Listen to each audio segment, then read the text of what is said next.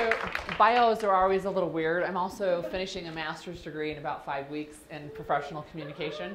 And then I got accepted to a PhD program in political science. So there you go. And my family's mostly grown. So that part's fun too. So before we really get going, I'd really like a feel for where you are right now. If you're currently running a campaign, would you raise your hand? Okay. If you're considering running a campaign or being involved, okay?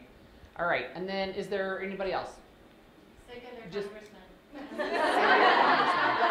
okay, being involved in somebody else's campaign is totally okay, right? It's totally fine. So I'm just going to tell you right now that there is no way we can cover how to do an overall campaign in an hour, okay? It just can't happen. So there's a fire hose of information. I do have a handout for you. I finished it at 1:30 in the morning, just. But I tried to be clever, just so you know. And everything starts with an M. But we're not going to be able to go in depth on very many things. And so if you want to look through that and see which things really speak to you, then we can kind of tailor this presentation to the needs that you have. So I got involved in politics when I had an issue that I thought needed to be solved.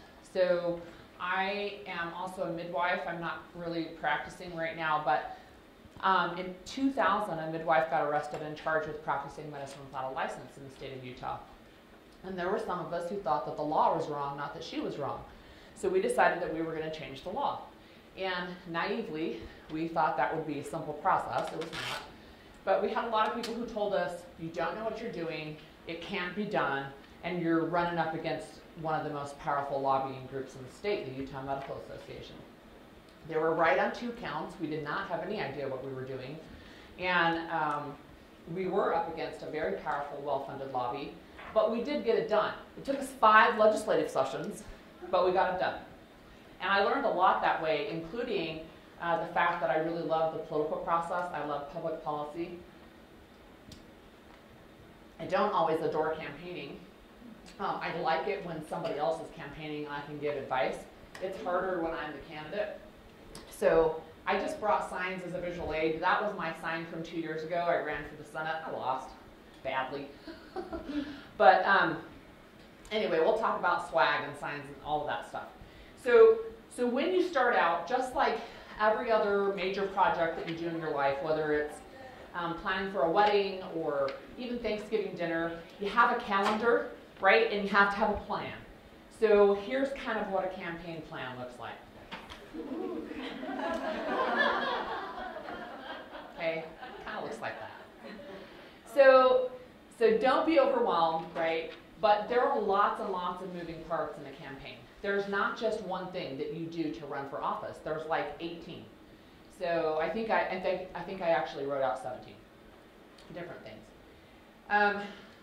This is a quote from Senator Kirsten Gillibrand. She says, when women are at the table, a broader agenda is discussed, an agenda that looks out for all Americans, particularly those who are voiceless. Women's voices are not better than men's. They're different, and the broader perspective that we bring often leads to better results.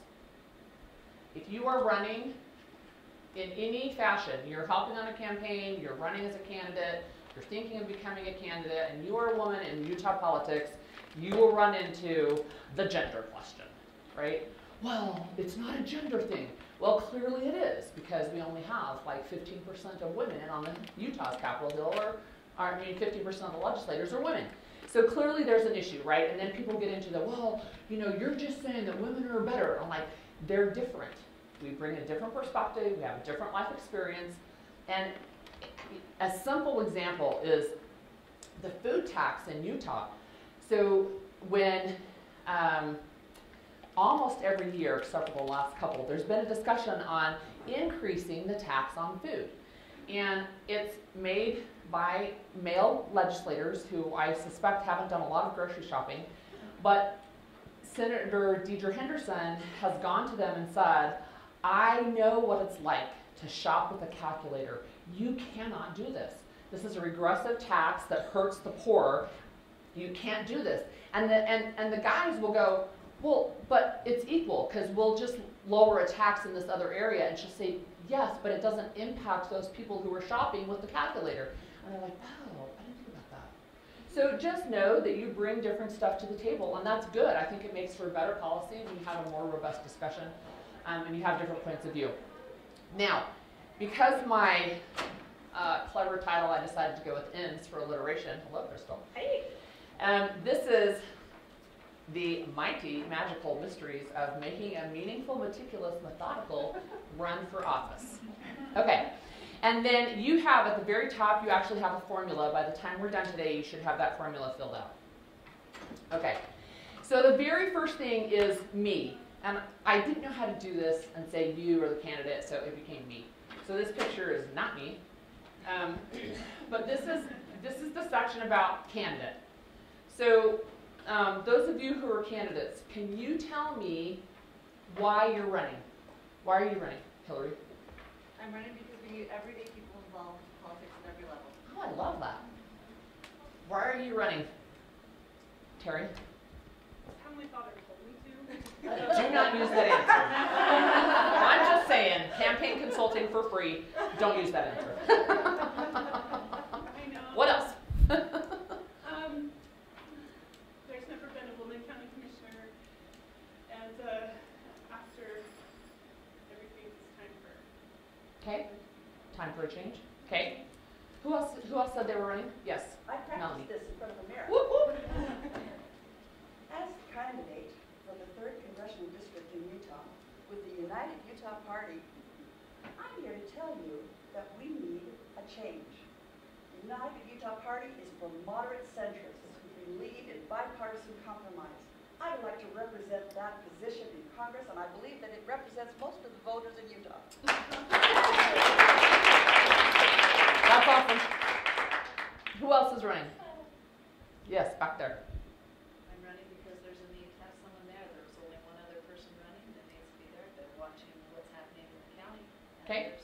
there's issues there that aren't being resolved because the same people have been in there time and time. Okay. So I would recommend that you take out that first little bit of nobody else was running and stick with the rest. That's a good message. Okay, and then right over here.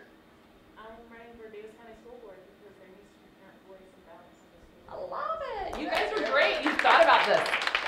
Okay, so that's the first question you're going to be asked if you decide to run is why are you running? So you want to be able to articulate why you're running. My recommendation is you get it to 25 words or less and that you're talking about action, right? So you talk about who you are, what you're running for, and what action either you want to see or what result you're going to get to, right? So you heard a lot of good examples here. You can also include what problem will occur if you don't win, right? The status quo is perpetuated, or we've really struggled in the county commission case in Utah County. We've really struggled with ethics in this office, and we need to make a change because of that. Those types of things. Okay.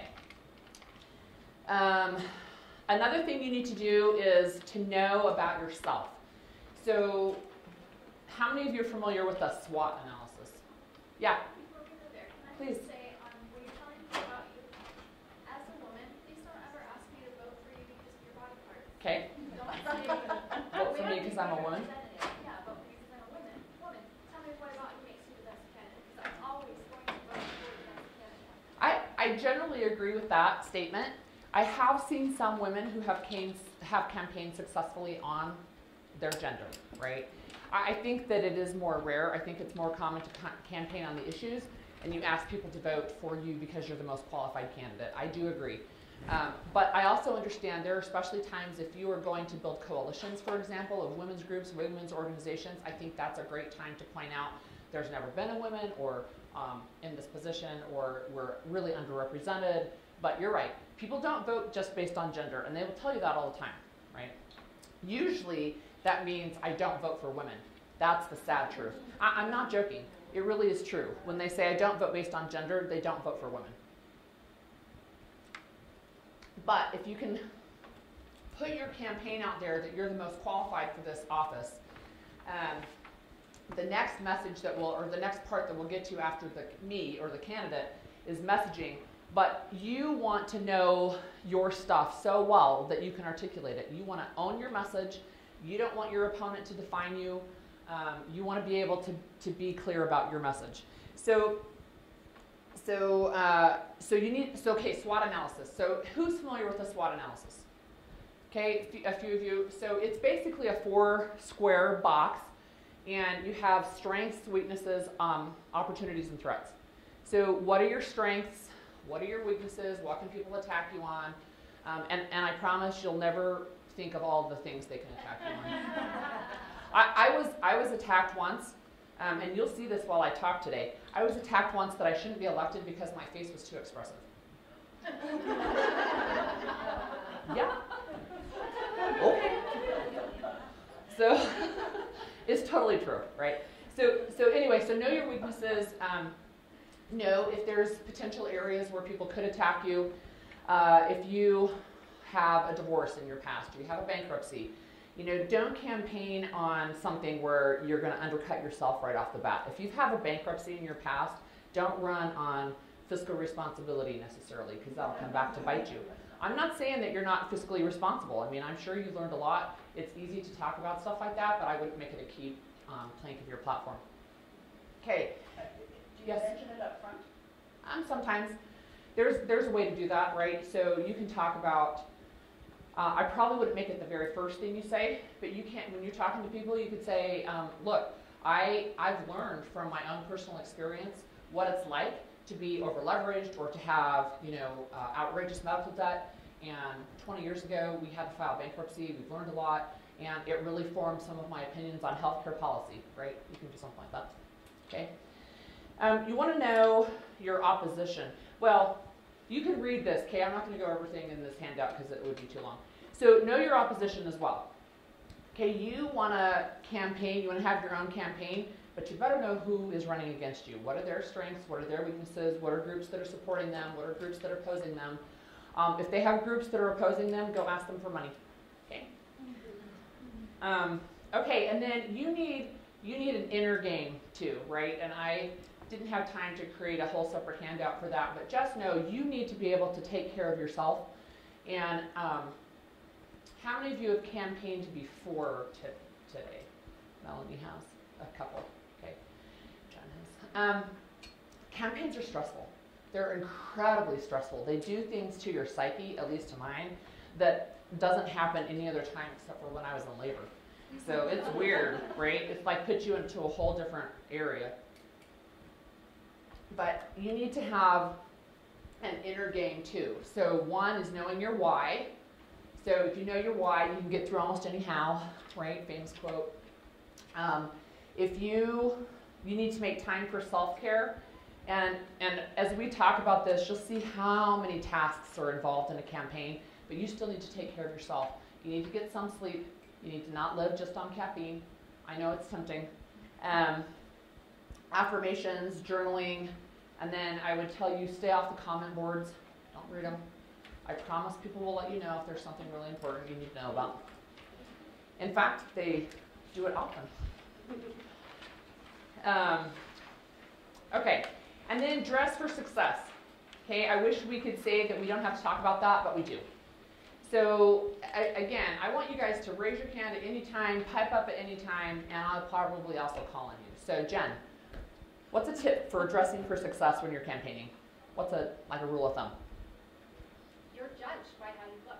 You're judged by how you look. So I want to look like I know what I'm talking about. Yeah. Until I really have it down. Yeah. Is it fair? Nope. But it's the truth, right? People will make a snap judgment based on how you look, and that first impressions, right, that will carry them all the way through the campaign most of the time. Okay, so you want to look like you know what you're doing. You want to look like you're dressed the part. You're always on. So there's never an off button.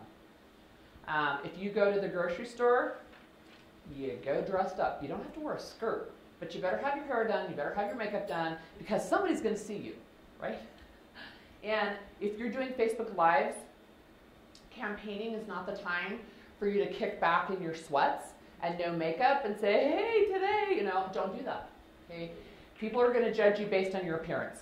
So Professional dress, of course, for like your debates, meet the candidate events. It's a safe bet to go one level up from what most people are dressing. So if you're going in a parade and most of your people are wearing, your volunteers are wearing sweats and jeans and t-shirts, you can maybe wear a nice pair of slacks and a button-up shirt with maybe your logo on the corner that's embroidered instead of a t-shirt. Get comfortable shoes for knocking doors. And then the other thing I would say is, look, if you don't feel confident about what your clothing choices are or your hairstyle or anything, get a consult. There are people who do that, right? There are people who can tell you what styles look good, what colors look good. I thought about wearing purple today, but burgundy looks better on me, so sorry. Right? I mean, that's just kind of the reality, right? So I look good in the more royal colors. I can never wear a yellow like Crystal's wearing. I can't. It makes me look sick, like I need to be put to bed or put to sleep. Can I add? Yeah. When you're comfortable with what you're wearing, Yeah, yeah. you don't have to think about it again the rest Yeah. of the day. Yeah. And that lets you focus on Yeah. it. You shouldn't have to sit there and stress. And I'll give you an example. A mutual friend of ours, Jen, and she was campaigning, and everybody wants to give you advice when you campaign. Everybody and their dog will give you advice.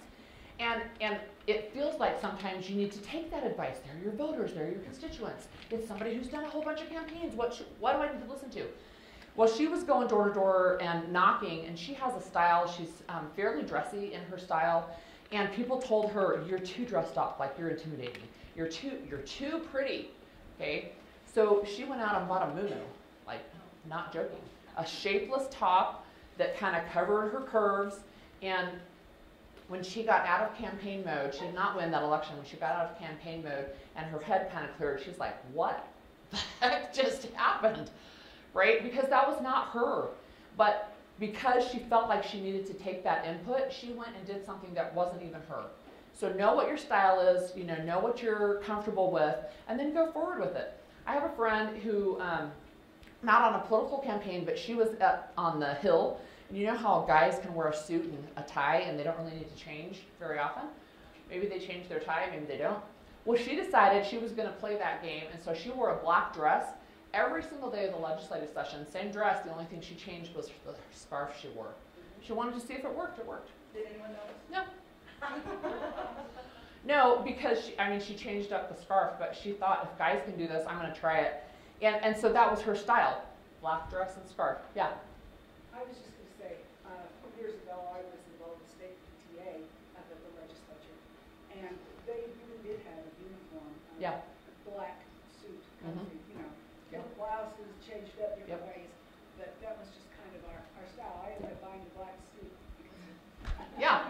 So when I was doing, right, when I was doing this midwifery thing, it was the early 2000s, and how many of you are familiar with like a midwife lifestyle or what midwives look like?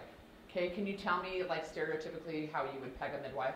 granola girl. Okay, granola girl. And there were plenty of those in the state of Utah. So when we told them there's a uniform on Capitol Hill, we got a little bit of pushback. But there really is a uniform. So whether you're a candidate or you're up there doing advocacy work or you're lobbying, there's a uniform. And just like you would put on a uniform to go to work at the hospital as a nurse or any other thing, you do wear the uniform of the political role. Okay? So you can campaign. There are areas, I'm not telling you that you have to be business dress all the time if that's not your thing. Right? Everybody in here is dressed perfectly appropriately for a campaign. You can pick your style. It can be sweaters. It can be, whatever, skirts, slacks. I wear heels sometimes, but not very often anymore. I wear flats, right? Because they're comfortable, and I don't want to walk on heels a long ways. Okay, one more thing before we head to message. Campaigning and family life. Anybody who's had any experience with campaigning, tell me how it impacts your family. You laugh. Kids get way too much screen time. Okay. At some point in my day. Yep. And it's usually not happening at night. Right. So, way too much screen time. Okay, the kids get a lot of screen time. Mom doesn't get enough sleep. Lots of eating out. Lots of eating out. Eating out in. Eating out in. Yeah. Lots of pizza. I don't know why pizza, because ugh, but yeah. Okay, it's affordable, it's fast. Okay, what else? How else does it affect your family? My husband's an introvert. Yeah. So politics is an extroverted sport. It is. And it's really hard Mine is too. And he was really relieved that I did not run this cycle. And okay, what else, Jen? It's hard for them to watch the social media. It's devastating for them Yeah. to watch the social media. It can really, really be tough. Yeah, my husband gets really up in arms sometimes. In fact, he'll read. So I write for the Salt Lake Tribune. I'm a columnist. I write twice a week, and I don't read the comments because I don't need that in my head. And he will read for me, and he'll just say, "Oh, you have some real haters." It's even more personal during a campaign. Melanie, you had your hand up. That's what my husband said. He said, don't tell me who's reading you. Yeah. Don't tell me. Yeah. Okay, anything else? Yes. I amazingly enough have found that my husband has he just jumped in with me and Yeah. has been so good. And he's an introvert. Yeah. And this is really, I mean, he hasn't gotten a lot of signatures for me because that's just really hard for him. Yeah. But there's good parts of it too. There are. Yeah. I don't have little children at home. Yeah. That makes all the difference in the world. That would be really hard. But, So my husband, who is an introvert, he helped me get signatures 2 years ago, and he was slower than I was because he would start talking. Oh, so does But, my husband. right, and so it's okay. He would get 5 in a night, and I'd do 20, and you would hope it would go faster, but it doesn't. But one of the things it did for our relationship is I felt like that I just adored him because he was willing to put himself out in ways he would not have chosen and was not comfortable with to do it for me. Oh, I love that. Both ways for us. Yeah. So we have kids at home and still, and so we involve our kids. Not all of my kids love politics. They don't. Some of them they love going and walking in parades. They love throwing candy. That's their favorite part. They don't love making phone calls, but all of them know how to do it. All of them can read a script. All of them can make phone calls. All of them can do voter IDs. All of them can put up signs. And when they're in school and people talk about, does anybody know who our congressman is? My kids are like the only ones who raise their hand. Does anybody know who our legislator is? Yes, it used to be my mom, right? So it's fun. So it can be a total family thing. And I would say also make sure that you have time every week that's just family time. So in Utah, we kind of have built-in space. It's called Sunday and Monday night. Okay, all day Sunday and Monday night. We don't campaign. It doesn't matter whether you're LDS or not. The culture is you don't campaign on Sunday in Utah. Sadly, there are many candidates who don't know that. And you don't talk about your campaign at church. You don't talk about your campaign at church. You're right, and you can tell, I think you can tell candidates who get outside campaign advice from Utah because in a lot of states, most states probably besides Utah, Sunday is a key campaign day because families are home. Not in Utah. Don't do it. And don't do it on Monday night. It's not worth it. It's not worth the backlash that you'll get. Okay, and then just plan, campaigns are very time bound. And so you just plan that at the end of it, you're going to do something with the family. It doesn't have to be a trip to Disneyland. It can be, going to a movie or not another box of pizza, but something fun with the family. Okay, and then the bonus tip is don't let them read the comment boards either. Yeah. Okay, so messaging. We have, messaging is the king of all political campaigns. So I think the things to pull out of the messaging section are pick your message and stay on message. Right? Just repeatedly, over and over and over and over. Now, that doesn't mean you can't refine your message. You can. As you start to talk to people, every campaign has a different flavor. Every campaign has a little bit different issue that's important. A couple years ago, Common Core was really big in Utah. This year, I'm not hearing hardly anything about it. Right? So every campaign has a little bit of a different issue. But you want to pick something that represents you, but also what is going to represent what your voters care about. Here's something I think that first-time candidates often make the mistake is that they pursue their passion, what they're passionate about, which may or may not mean anything to the voters in their area. So even though I'm passionate about midwifery, it's a small enough and controversial enough topic, I never campaign on, hey, I'm pro-midwife, right? It's just not an issue that enough people care about. What are the top 2 issues people always care about? Always. No? Economy is one. No? No. Nope, it's high. It's jobs. Jobs in the economy. Jobs in the economy. Jobs in the economy. If you get lost trying to figure out what to talk about jobs in the economy. Okay? always listed as number 1 and 2 for voter concerns. Every once in a while you'll get something else that pops up for short term, but it's jobs in the economy. Okay, so you want to distill your message down to a slogan and use it everywhere. So who said Morning in America?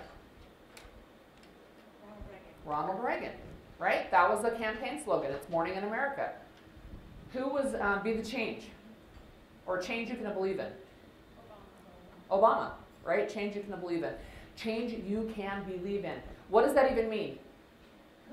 Nobody knew, right? What does Morning in America mean? Nobody really knows, right? And that's one of the actually great things about political messaging is don't niche down so far. It's like anti-business advice. And in business, you can niche down as far as you want. In politics, keep it broad. You want to keep it broad so that people can fill in their own interpretation. You don't want to use fancy words that people might not understand, because if you confuse them, you lose them, right? If they go, oh, I have no idea what she's talking about, and they'll just move on. So get something short, simple, sweet, but also fairly broad, okay? And then you just want to use it everywhere. You can use things like respected dedication you can trust in. I mean, there's just stuff like that, right, where you kind of think it sounds cheesy, but you've got to be able to define yourself and why you're running. So it could be,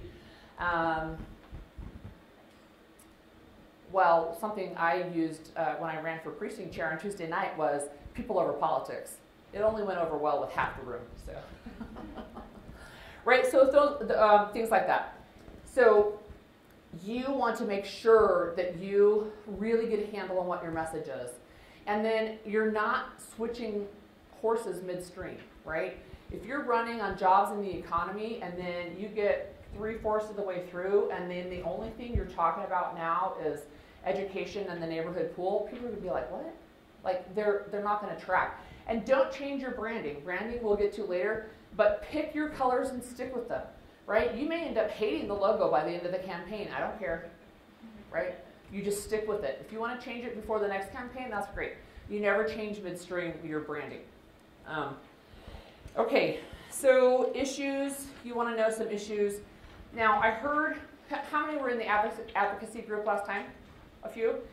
They talked a little bit about being an expert in your area of advocacy. I'm telling you, you do not have to be an expert. You don't have to be an expert in everything. And in some cases, you don't have to be an expert in much of anything. You want to be able to articulate why it is people should vote for you. Some people don't even articulate stands on issues at all. They just say, look, here's how I make decisions. Can we afford it? Is it sustainable? Is it constitutional? Right, as an example. And then they just say, that's the filter I run stuff through. If you look at most campaign websites, they have little to nothing on issues. There's a reason for that. Can you give me a reason? Why would you want to keep it that short? Don't want to alienate anyone. Okay, you don't want to alienate anybody. Information changes all the time. Information changes. Situations. Okay, yep, situations change. Did I see a hand over here? No? Okay.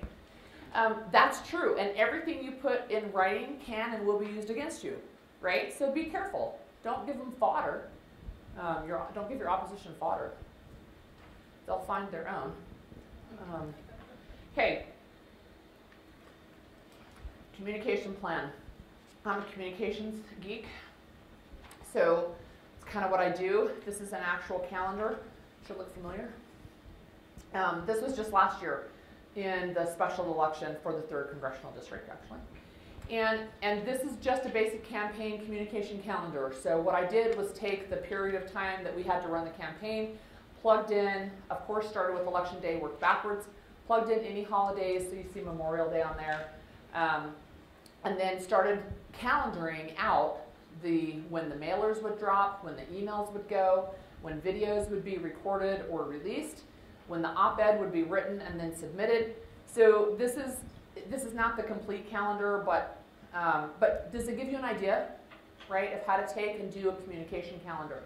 And then you will take that, and of course, it's going to be merged into the general campaign calendar. So you're not going to say, okay, I want the candidate to record videos on a day where they have 4 town halls. Okay, that's not going to happen. So of course, there has to be coordination. But it's okay to have a communications director who works on projects kind of on in their own lane, and then you merge things together. So incorporate any forms of media and speaking events that you might have, and then make sure that you are ready to jump on breaking news. So whether you're a communications director, campaign staff, candidate, if you've got something that breaks, some kind of news that's relevant to either the community that you live in or your particular race, then make sure that you've got something in place where you can either call somebody or you can pop something up on social media really quickly. Can somebody give me an example? What's some news that would, yes, Melanie? I just had to do a press release. Okay. The lawsuits against Provo City about the women who were accused of sexual, accusing the ex-police chief of sexual assault.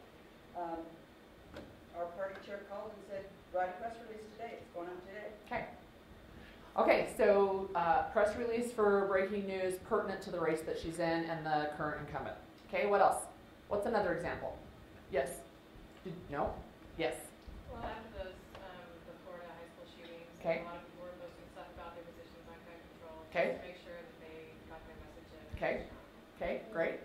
School shooting, guns. What else? What's another thing? The death of Thomas S. Monson is pertinent in this community, right? And so you can put something out about your feelings, your favorite talk, or something like that. If your audience is LDS and you're LDS, I mean, so that's other news you can jump on. Is there another example you can think of? Crystal, tell me one.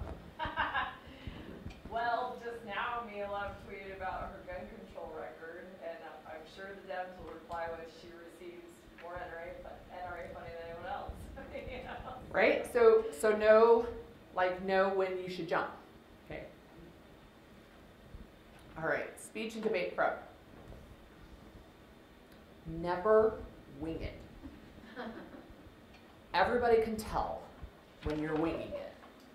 Okay? So don't wing it.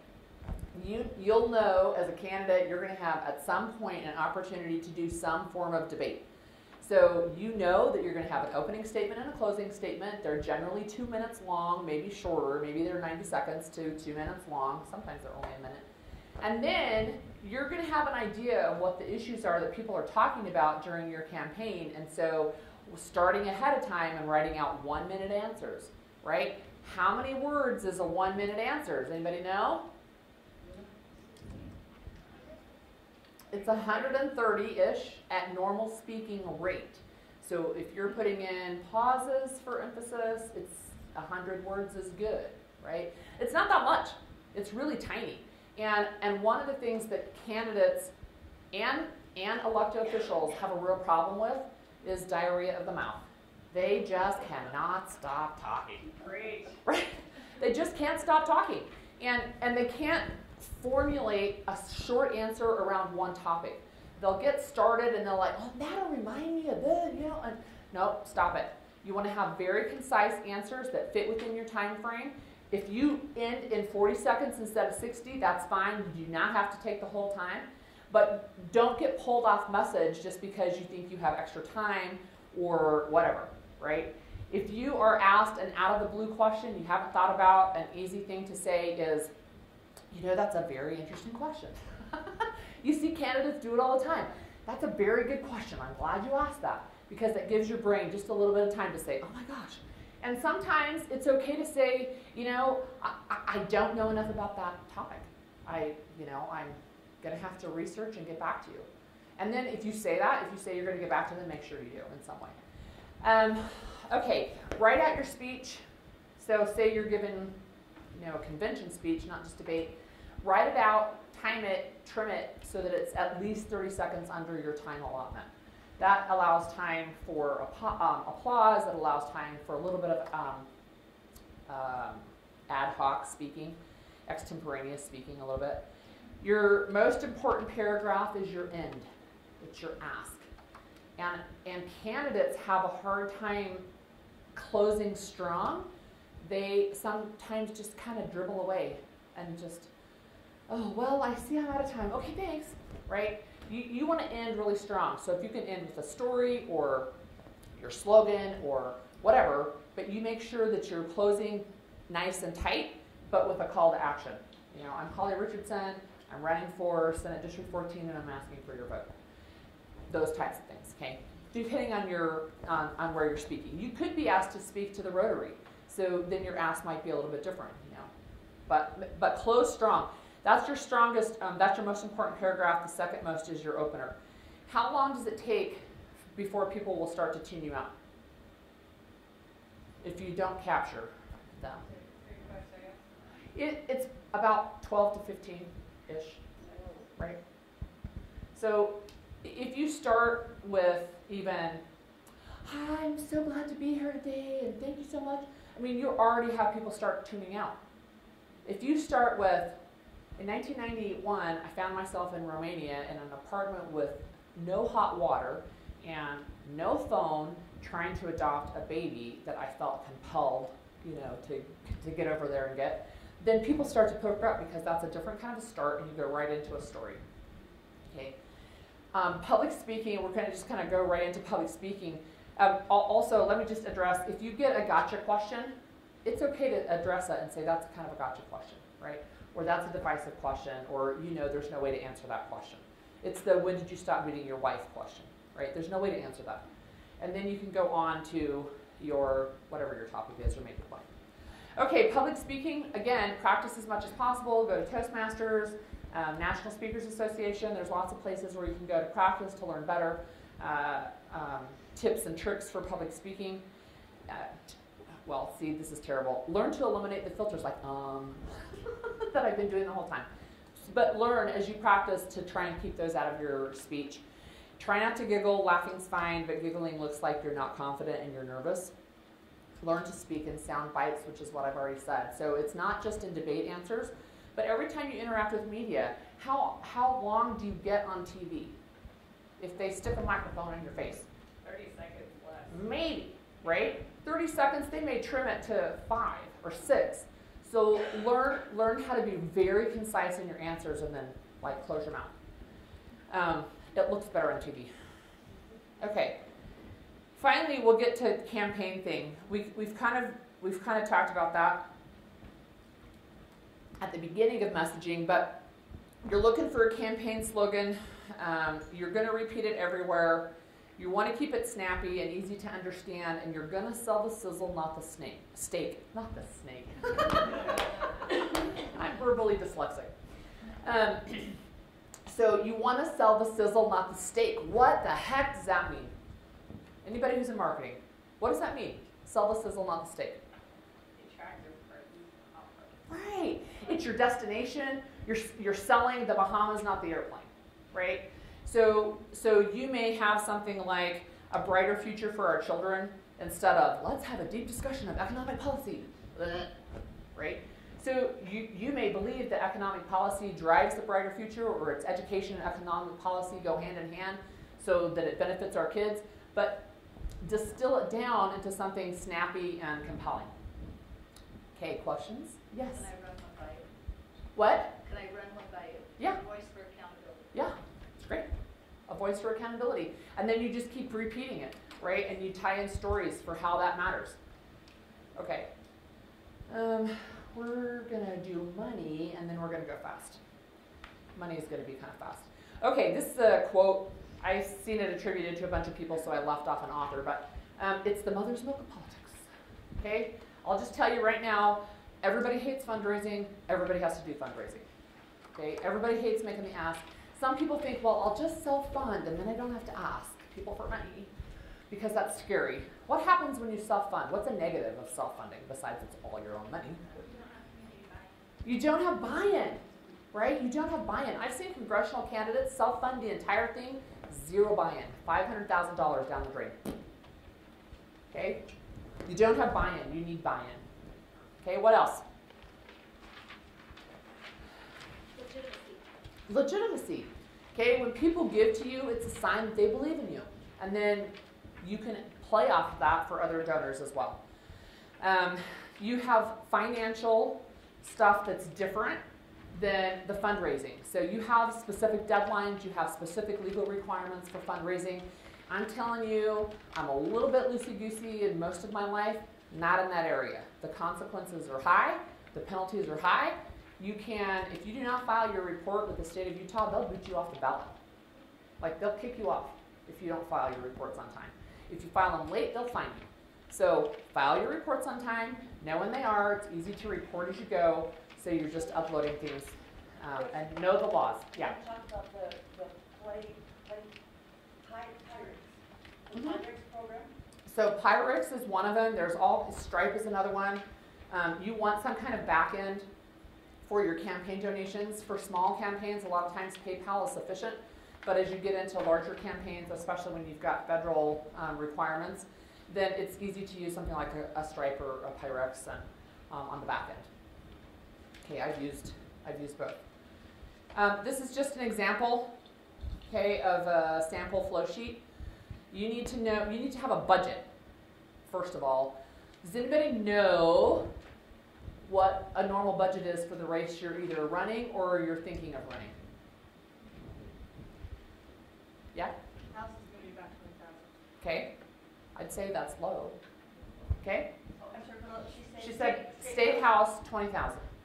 School boards between 5 and 10, I've seen as high as 15. Okay? School boards between 5 and 10. I know that the Provo mayor, the two top candidates, spent 110,000 each. Okay? Over 100,000. I've seen legislative races over 100,000 Competitive seats, yeah, in Utah. a couple. No. Not 6 figures. Well, congressional when you get up to that level. When you get up to that level. was a $100,000 race. Yeah, 100,000. You can have $100,000 races. City council. Anybody run for city council? My neck of the woods ish. 1,500 to 2,000. So when I'm raising 15,000 just to get myself to convention, it's like, oh, $1,500 really? You can do a lot with not very much. Did you? I once ran against an incumbent who was with the Realtors Association. Mm-hmm. He spent $45,000 on that race, hired everything done. I spent 8, and I came within 150 votes. Yeah, right? When Jason Chaffetz ran the first time and won, he was outspent 9-1. He still won, right? So it's not everything, but have a good idea, right? So I talked to a candidate in a House race, and I said, plan on $50,000 for a House race that's competitive, and he's like, what? I was thinking 5.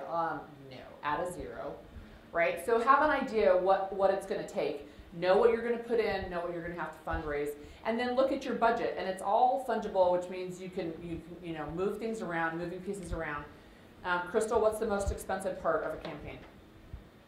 TV ads, direct mail. Okay, TV ads and direct mail. So most of you won't be on a level where you're going to run TV ads. It's mailing stuff out to your voters, okay, for most campaigns. Yeah.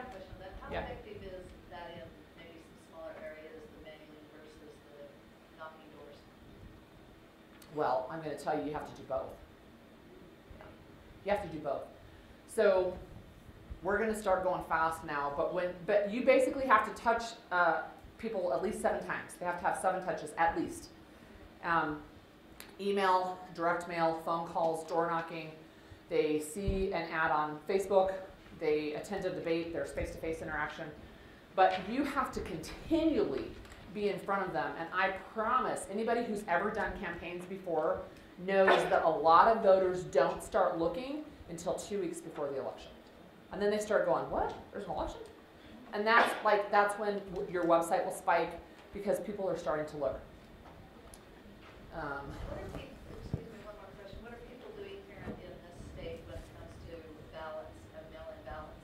I mean, you say before the campaign, but a lot of people, those mail-in ballots are coming in early. So they are, and communities are making different decisions. So last cycle with municipal, Utah County did all vote by mail.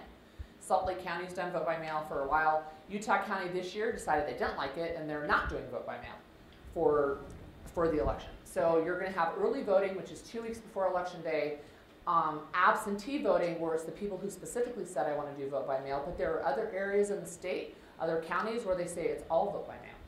I think that's a good thing. Turnout increases. Voting. It does, but it doesn't give you that 2 weeks before this deadline. What it does is it You have a month. You hit the laws. Yeah, you have a month.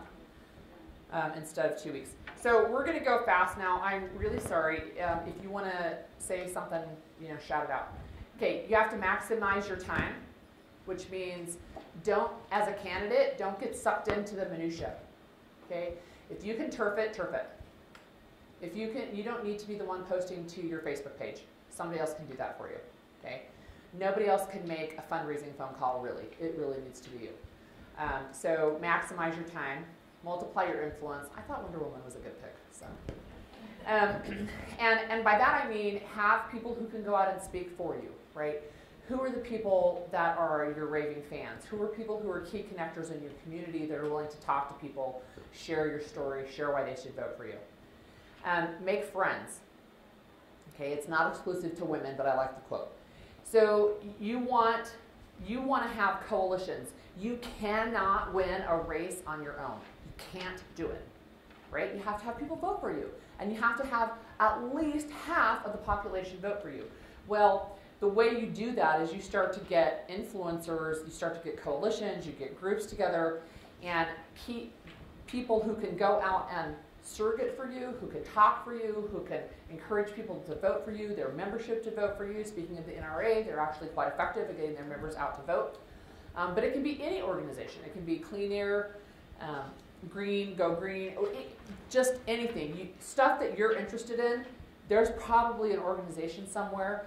Find out who they are, where they are, go talk to them, and get their buy-in. And have them help you. And have an ask, not just, hey, I wanted to meet you. Have a specific ask. Can you send an email to all your members? Can you do a mailer for me? Can you donate to my campaign? Those types of things. Okay, so have an ask. Endorsements are part of that. And how effective do you think endorsements are? They are effective. They're not decisive. They can be, and the more celebrity they are, the more effective they are, or the more local they are, the more targeted your mail is. So if my next door neighbor endorses a candidate and I get a postcard that says, "Hi Holly, this is Rebecca from next door and I'm really endorsing Jenny. I'd like you to vote for her," I probably will, right? Because I trust my neighbor. Like Richardson, he sends out mailers with the bishops, the stake presidents, doesn't list their titles, but everyone knows who they are. Right, everybody knows who they are. Annoying, but everybody knows who they are. Okay, again, doesn't always matter. Jason Chaffetz's opponent in his first race was endorsed by a popular president of the United States. It was President Bush, who was still popular at the time, and it didn't matter. He still lost. Okay, method. You've got to have strategy. Okay, you have to know your data. You have to know about voter rolls, how to get them, how to use them, how to target from them. You need to consider what other races are going on at the same time. So 2018 is an off year because there's no presidential race at the top of the ballot. The top race of the ballot this year is Mitt Romney, right? So if you are a Mitt Romney fan, or you can get a Mitt Romney endorsement in a race this year, it's going to boost you. Okay, next year it won't, or next time it won't matter as much. Next year's a presidential, or next cycle is a presidential election, and it'll be a hot one. Okay, management. Okay, a goal without a plan is just a wish. So you need to know timeline, calendar, campaign staff, right? How many of you laugh when I say campaign staff? Oh, come on. You all have hired campaign staff? Okay. Campaign staff means volunteers like me, like Jen, right? Like your neighbor down the street who can do graphic design for you when you're, especially on your first campaign, right? As your campaigns get bigger and your money gets bigger, then you can start to hire more, and you can hire pieces of it. Marketing.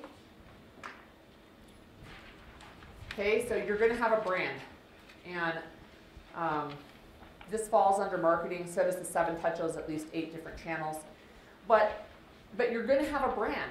So I have a brand as Holly on the Hill.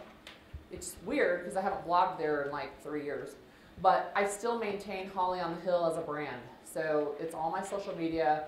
I have a brand with colors, right? I'm typically these colors. Used to be hot pink, and then I kind of moved away from that a little bit. But how do you want people to see you? right? What's your online platform? You be consistent and don't try to please everyone. I know a candidate who changed his branding, colors, and logo 3 times in one campaign. Oh my gosh, just stop, right? Just stop. He didn't win. That was not the only reason.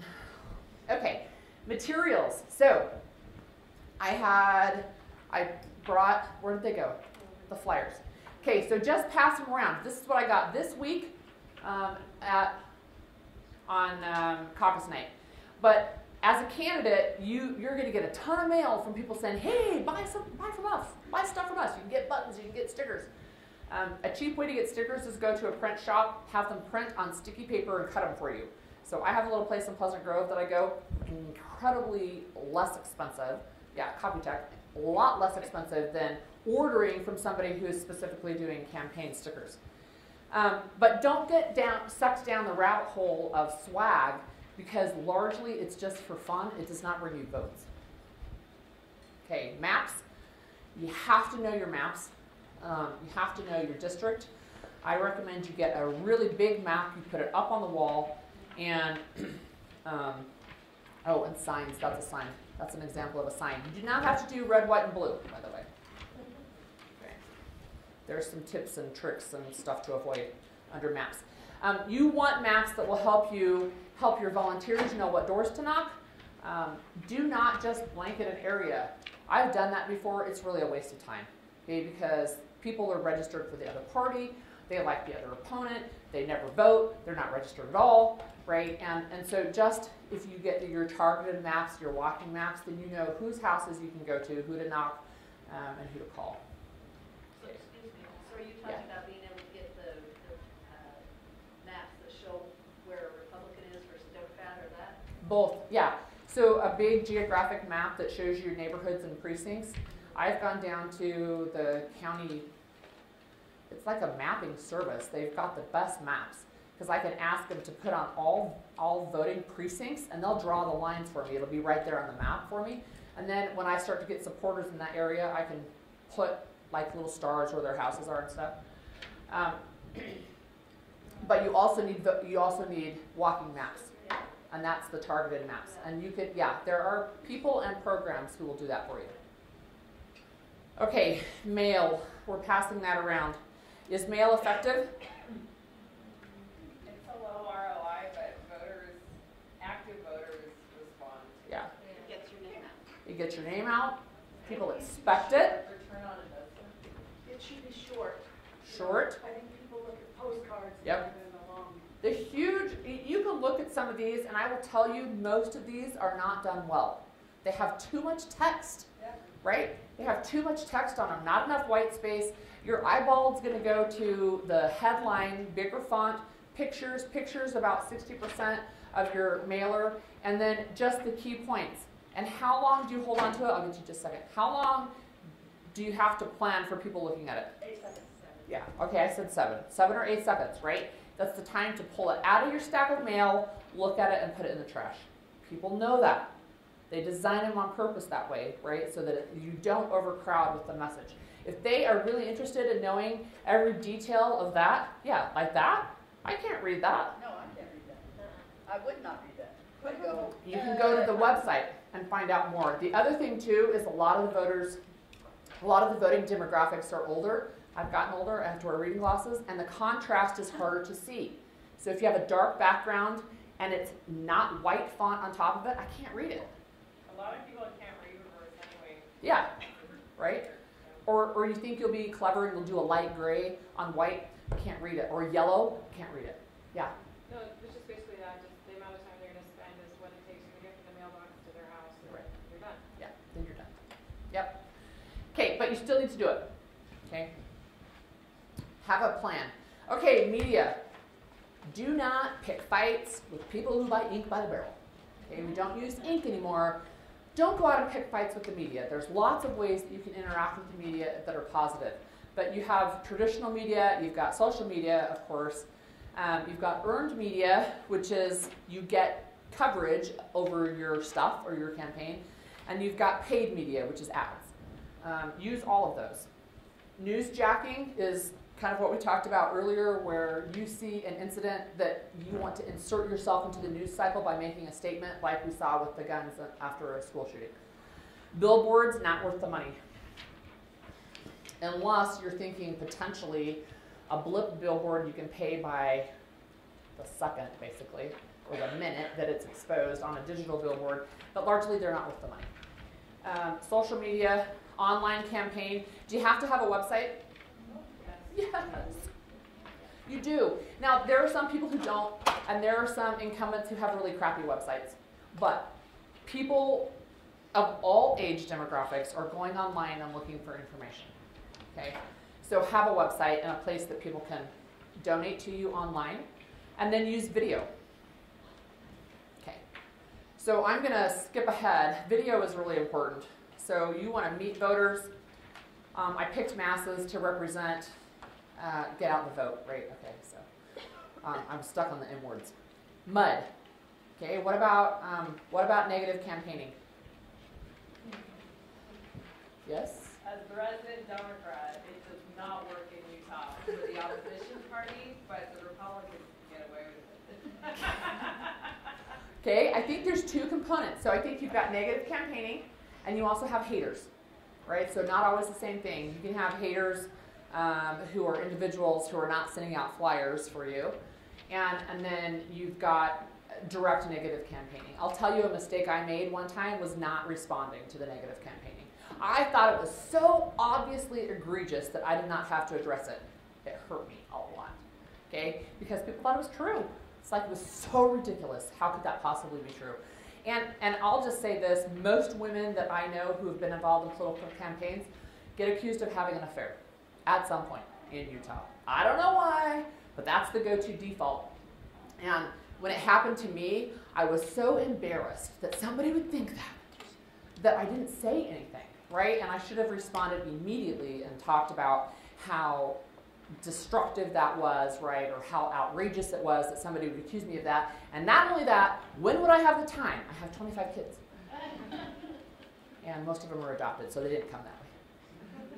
Okay, and then the other thing, so I just want to show you this. This was from Tuesday. Our caucus was a train wreck. We may leave the party. What happened? Holly Richardson was elected. Not everybody loves me, I will say that. Okay, so just know this. I think one of the most helpful things I ever read was that if God himself were on the ballot, 25% of the people would vote against him. Okay, just knowing that, you are not going to get everybody. Not going to happen. Okay. More. Win or learn, never lose. And then here, I can't do a talk on political campaigning without the Theodore Roosevelt quote about being in the arena. It's not the critic who counts, not the man who points out how the strong man or woman stumbles, or where the doer of deeds could have done them better. The credit belongs to the man who's actually in the arena, whose face is marred by dust and sweat and blood, who strives valiantly, who errs, who comes up short again and again, because there is no effort without error and shortcoming, but who does actually strive to do the deeds, who knows great enthusiasms, the great devotions, who spends himself or herself in a worthy cause, who at best knows in the end the triumph of high achievement, and who at worst, if he fails, at least fails while daring greatly, so that her place shall never be with those cold and timid souls who neither know victory or defeat. Thank you.